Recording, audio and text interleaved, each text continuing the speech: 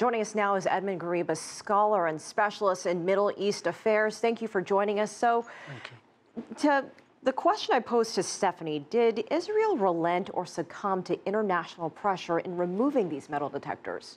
I think that's part of it, but also I think there's a growing concern in Israel among the Israeli leadership, and apparently there have been also some signs of friction amongst them on how to deal with this situation, because this could easily expand, it could explode, it could continue for a much longer time, and this would have long-term consequences for Israel's strategic view of the region, its attempts to improve relations with some Arab states, and it could also put a lot of pressure on one of the countries which has been closely, one of the few Arab countries which has official diplomatic relations with Israel, which is Jordan.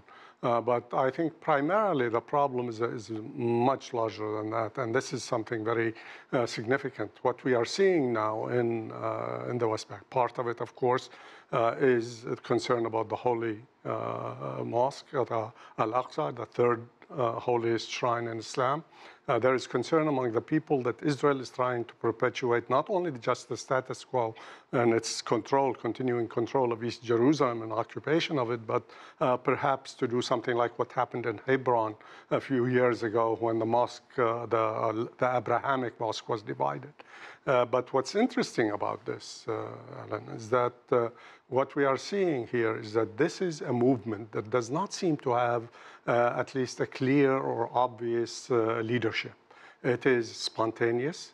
It does not have any connections to either to the PLO authority or to the Hamas authority or to any of the major organizations that we know of. It also has the support of the people of Jerusalem and of the Palestinians who live inside Israel, who were there, remained there after 1948. So this has a new dimension, and I think maybe part of it is motivated by the continuing hopelessness of the situation. There is no peace process. It's not going anywhere. People have been living under occupation for decades. So by removing these metal detectors, does that bring tensions down? I know you said there's not any ties, but there's still a call by clerics right now not to even go inside. Does this bring down the volume by 50%? I think that was the attempt to try to bring that down by removing the metal detectors, but the cameras are still there, or at least we don't know yet if they have put the cameras